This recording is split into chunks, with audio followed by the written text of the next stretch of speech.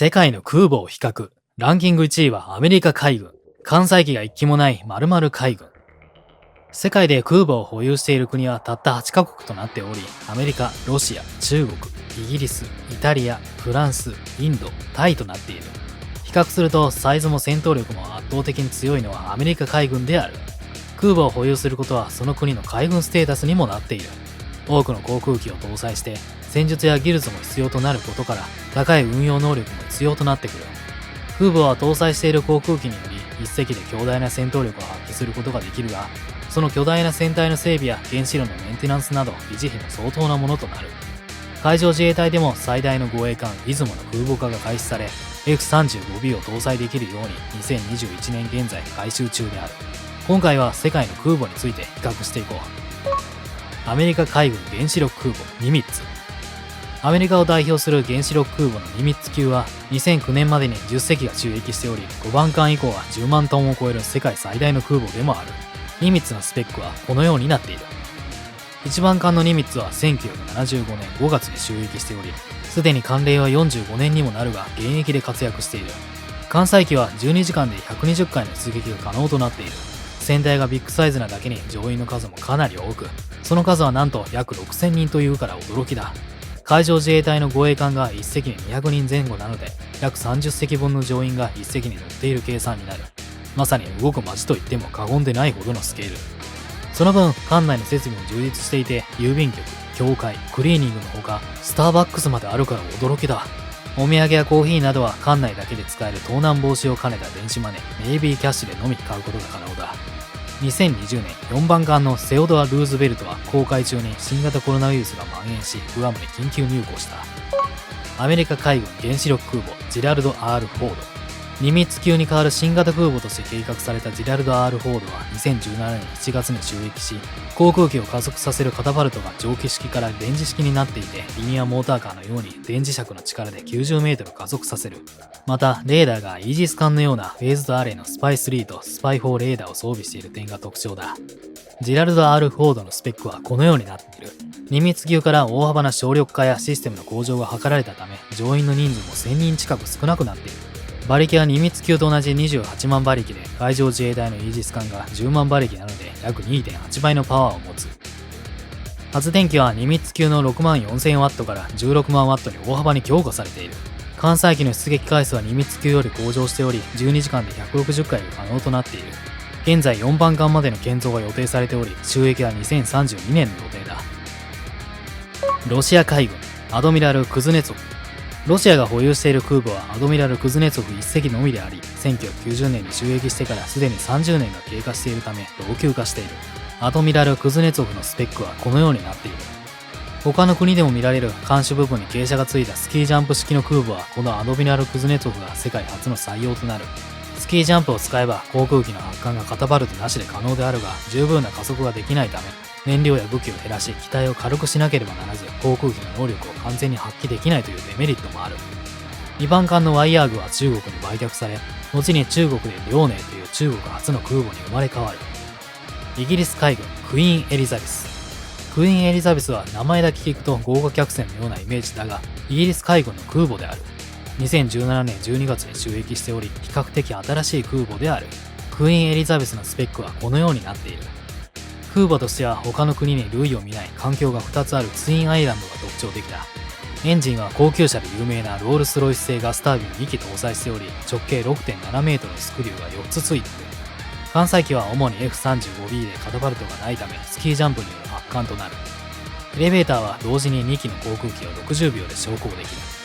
2番艦は2019年12月に就役しており、艦名はプリンス・オブ・ウェールズでクイーン・エリザベスに負けないくらい気品あふれるネーミングである。フランス海軍シャルル・ド・ゴール。シャルル・ド・ゴールは敵のレーダーに探知されにくい形状のステルス設計を空母として世界で初めて採用しているのが特徴だ。完成までなんと12年間という長い年月がかかっており、戦力となるまで時間を要した空母である。シャルル・ド・ゴールのスペックはこのようになっている。カタパルトが装備されているため、甲板はフラットな形状で航空機を発艦できる。アデン湾における海賊対処行動などで活躍していたが、2020年4月、作戦行動中に艦内で新型コロナウイルスが蔓延し、乗員1700人中なんと1000人以上が感染しており、母国に緊急入港した。イタリア海軍カブール。イタリア海軍で2009年6月に就役したのがカブールで、サイズ的に出雲とほぼ同等である。カブールのスペックはこのようになっている。カブールは航空機だけでなく装甲車などの搭載能力もあるため、揚陸艦のような運用も可能となっている。艦載機は F35B で海事の出雲と同じであり、甲板を耐熱仕様にするため改修を完了している。インド海軍ビクラマディチャ。もともとはロシア海軍のアドミラル・ゴルシコフという空母であったが、これをインド海軍が購入。ビクラマディチャのスペックはこのようになっている。また、インド初の国産空母ビクラントが現在建造中で、就役は2022年の予定である。ロシアから購入したビクラマディチャと同じく、カタパルトなしで航空機を発艦できる艦首に角度がついたスキージャンプ式を採用している。中国海軍遼寧。ソ連崩壊後、ウクライナから購入した空母バリアーグを改修して、2012年9月に就役した中国初の空母である。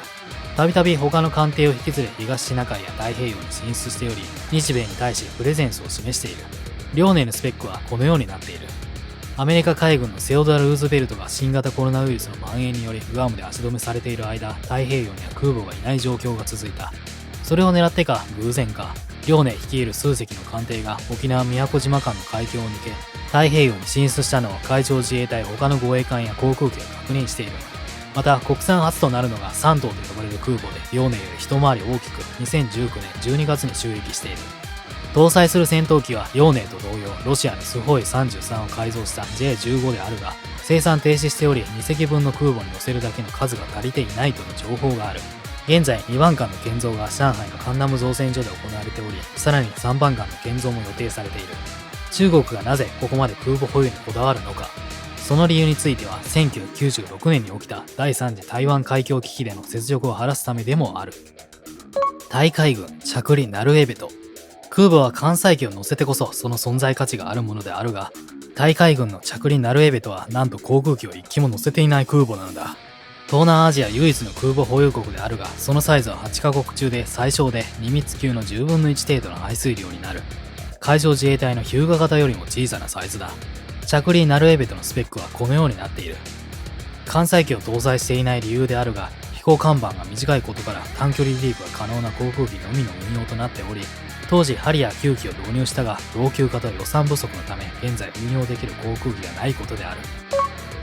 世界の空母まとめ。今回は世界で空母を保有している国の代表的な空母を紹介した。2021年現在、世界には空母と認定される艦艇は21隻就役しており、11隻がアメリカ海軍である。他にもヘリ空母ではタイ海軍の着離ナルエベト、イタリア海軍のジュゼッペ・ガリバルディ、海上自衛隊の出雲型、ヒューガ型などもある。出雲については現在 F35B の運用に向けて改修が行われており、完成すれば10機前後の運用が可能になると言われている。強大な戦闘力を持つ空母でも、アメリカ海軍のセオドア・ルーズベルトやフランス海軍のシャルル・ド・ゴールのように新型コロナウイルスが蔓延し、行動が制限されることで空母の弱点が浮き彫りになった。300メートルを超える巨大な船体だが、乗員のほとんどは3段ベッドで、艦内は3密の状態である。生物兵器などが使用され、艦内にウイルスが入れば想像を絶する状況になる恐れもある。今回の件で外敵に対する戦闘力だけでなく、艦内防御についても強化する必要が出てきたのではないだろうか。